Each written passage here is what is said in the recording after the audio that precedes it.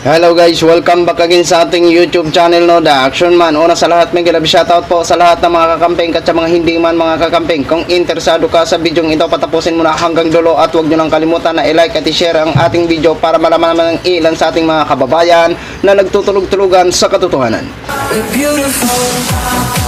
So muli naman nagbabalik ang nag-iisa yung host na si The Action Man para magbigay ng komentaryo at reaction sa mga mainit ng issue ng bayan. So ito ho mga ka-action, mga kakamping, no, may gusto lang po ako na i-share sa inyo.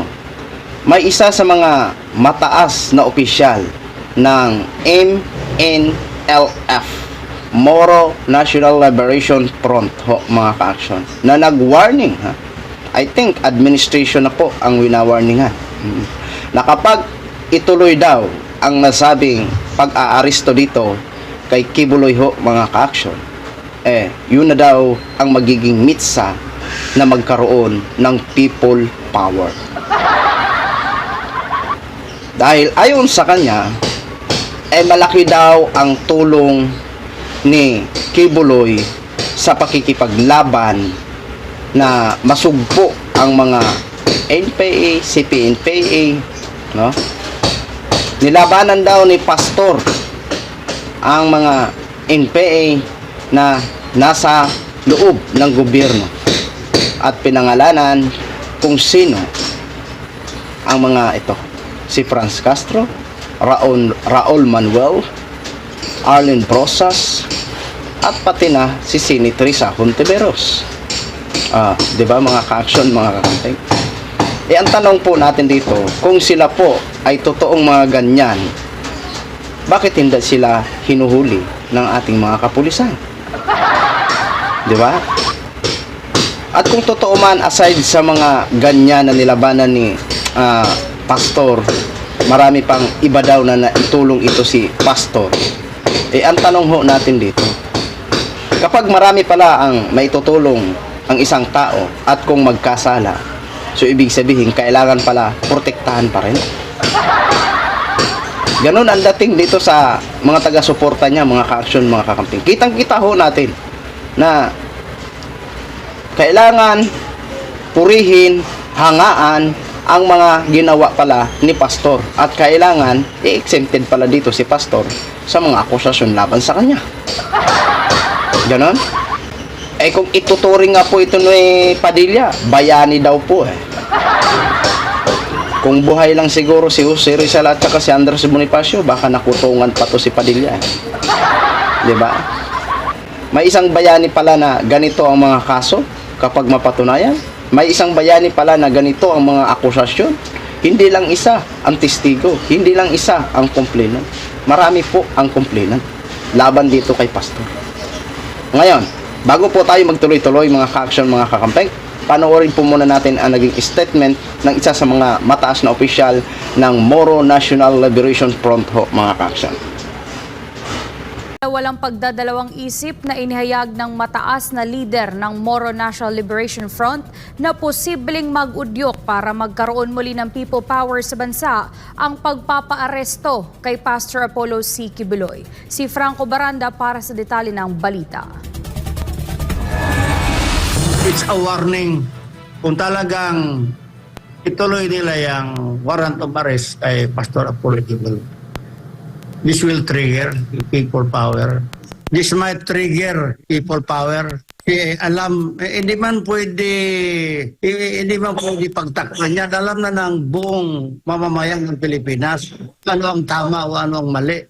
Hindi na pwede ma-deceive nila yan.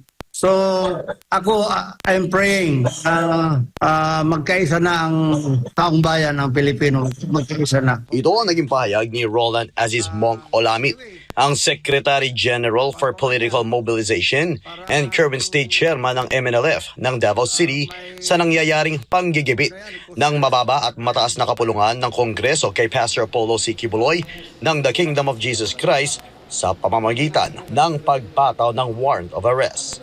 Di lubos akalain ni Aziz Monk na gagawin ng Kongreso sa butihing pastor ang kanyang maituturing na unconstitutional na warrant of arrest dahil sa imbes na in aid of legislation ay nauwi ito sa in aid of persecution.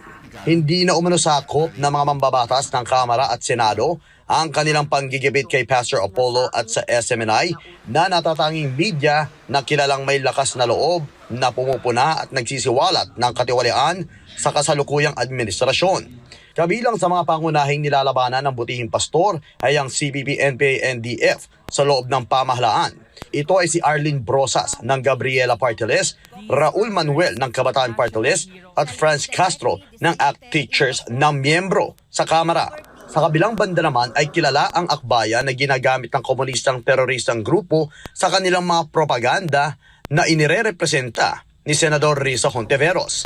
Kapansin-pansin din anya na ang mga miyembro ng nabanggit na mababa at mataas na kapulungan na nagdiin para sa warrant of arrest ng butihing pastor ay may kaugnayan sa naturang teroristang grupo ng Communist Party of the Philippines na pilit na nilalabanan ni Pastor Apollo C. Quiboloy, katuwang ang National Task Force to End Local Communist Armed Conflict.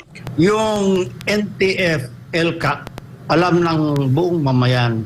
The Armed Forces of the Philippines at saka sa ating mga PNP, malaking tulong ang ginawa ni Pastor Quiboloy in supporting the program ng LTF against communism, against etc. Now, current situation, nagbago, nagbalik ang mga negotiations. Yan pa lang sa pagtulong niya sa NTF-LCAC. Nakita ko ang sinseridad, ang laki talaga ng tulong niya sa ating bayan. Sa huli ay wala ng pasintabi na sinabi ni Asis Monk na kabilang ang buong Bangsamoro sa nabudol ng kasalukuyang administrasyong Marcos Jr. Anyway, in my personal, mukhang nabudol tayo. Nabudol ang buong Bangsamoro dyan because the chairman has expected na i-recover ni BBM ang bad image na nangyari sa father niya, the late President Ferdinand Marcos Sr. Para sa Diyos at So yun na ho mga ka-action, mga kakamping, no, napakinggan na po natin ang kanyang statement at aminado din siya na nabudol ang buong Samoro. O, alam naman natin kung saan sila na-part na budol at hindi lang bang Samoro. Yun dun sa pangako ni Mr. President Bongbong Marcos na 20 per kilo na bigas. Okay. Balikan natin yung sinabi niya, magiging mitsa o magkakaroon ng people power if ever na ituloy ang pag-aresto dito kay Pastor, mga ka-action, mga kakamping. Talagang tuloy po ang pag-aresto kay Quiboloy. Lagi natin sinasabi, ito lang kasing hindi maiintindihan ng ating mga kaibigan. Halimbawa, ako si Quiboloy. Ang dami kong tinulong sa masang Pilipino. Ngayon, sa likod pala, may mga ginawa akong mali sa batas. At nakita na o naimbestigahan na ako ay parang may pagkakamali sa batas. So, ibig sabihin din pala, kailangan akong protektahan ng sambayan ng Pilipino dahil marami akong itinulong sa masang Pilipino.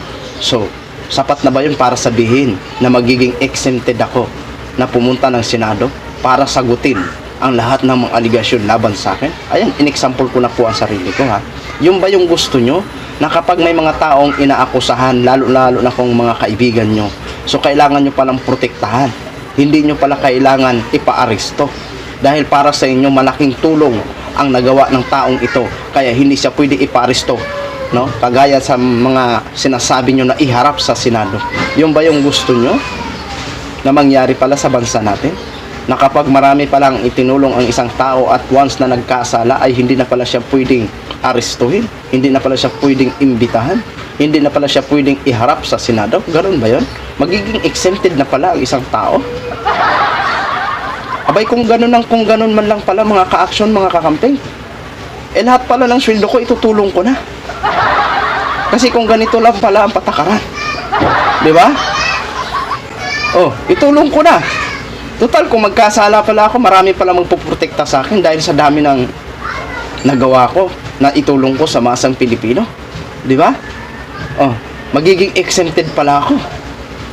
Yon ay para lang sa mga taga-suporta nila. Pero mali po yon.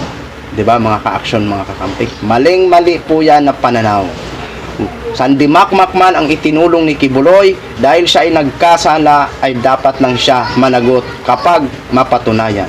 Ngayon, kung gusto nyo mag-create ng people power, pag maaresto ito si Kibuloy, gawin nyo na po. Malaya po kayong mag-people power. Kahit 2,000 lang kayo dyan o 50,000 lang kayo dyan, hala, pwede po kayong mag-march sa EDSA. Hindi po namin kayo pipigilan. Ngayon, kung nabudol naman kayo ni Mr. President Bongbong Marcos sa isang kilong bigas na gawing 20 per kilo, kayo na din po ang bahala. Kasi kami, na mga kakamping, hindi man kami umasa sa nasabing 20 per kilo dahil kakamping kami, pero kami natanggap namin o natanggap ko na, wag ko nang idamay lahat, natanggap ko na at tiisin ko na lang si Mr. President Bongbong Marcos sa loob ng 6 years. Wag lang siya mapalitan ng isa dyan na gustong maging presidente agad-agad. Diba mga ka-action, mga kakampeng, kayo na lang po ang bahalang humusga sa kanyang pag-warning.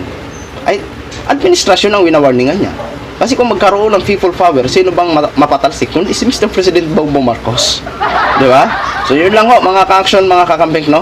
Share ko lang ho sa inyo. Maraming salamat po sa ating mga viewers, Luzon, Visayas, South Mindanao, all over the world. Ako po, ang inyong lingkod, si The Action Man. Have a good day, everyone. Beautiful.